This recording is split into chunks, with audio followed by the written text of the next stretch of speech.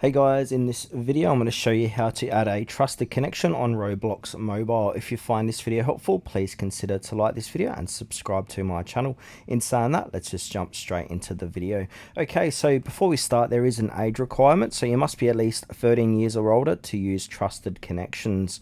Now, if the account is under 13, this feature may not be available and may not work properly. Now, what we first step is to open up Roblox and then go to your home tab and also make sure to sign into your account. Now, step one is to go ahead and choose the person. So go to the profile of the person you want to add as a trusted connection. If they're already added and you want to redo the process, go ahead and remove their connection. So go ahead and click on the three dots, click on remove connection.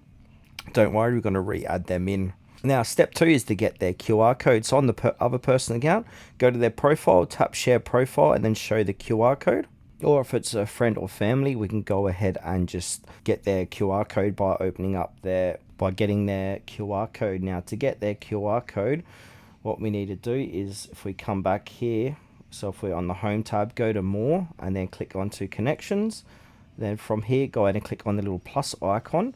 Then we can add from contacts, so we can invite contacts or connect with friends and family already on Roblox, or add from QR code. So if someone's next to you, go ahead and click on add from QR code, and that's going to be their QR code. So from here, scan that with your phone, or we can get them to share the profile link directly, send that to you, and then save it in your images, and then we can scan that by going, if we come back here, add connections, click add from contacts.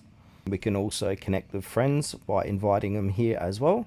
Now, after scanning, we want to go ahead and tap add connection, then the request will be sent. And then after that, step 5 is basically accept the request. So the other person must go on their account.